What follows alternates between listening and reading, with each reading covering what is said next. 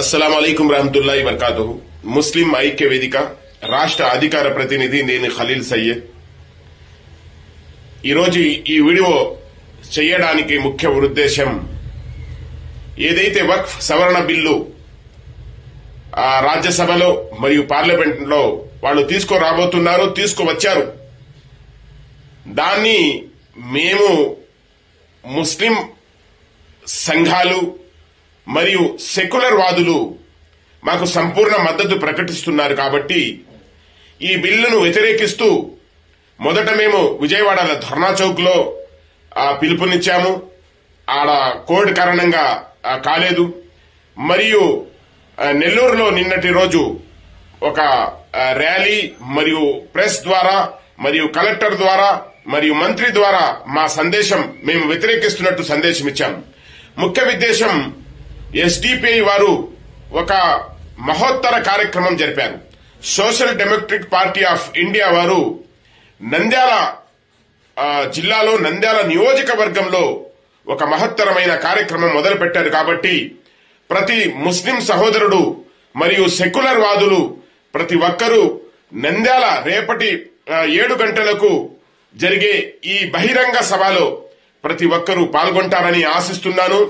ముస్లిం ఐక్య వేదిక సంపూర్ణ మద్దతు ప్రకటిస్తూ కర్నూలు జిల్లా, నంద్యాల జిల్లాలో ఉన్న మన నియోజకవర్గ అధ్యక్షులు ప్రతి సహోదరుడు ప్రతి ఒక్కరికి ఆడకి తరలించవలసిందిగా కోరుతున్నాము.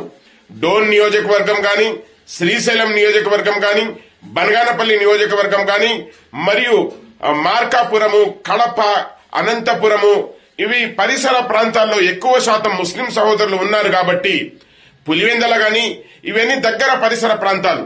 ఇన్షాల్లా మేము కూడా అక్కడికి చేరుతున్నాము.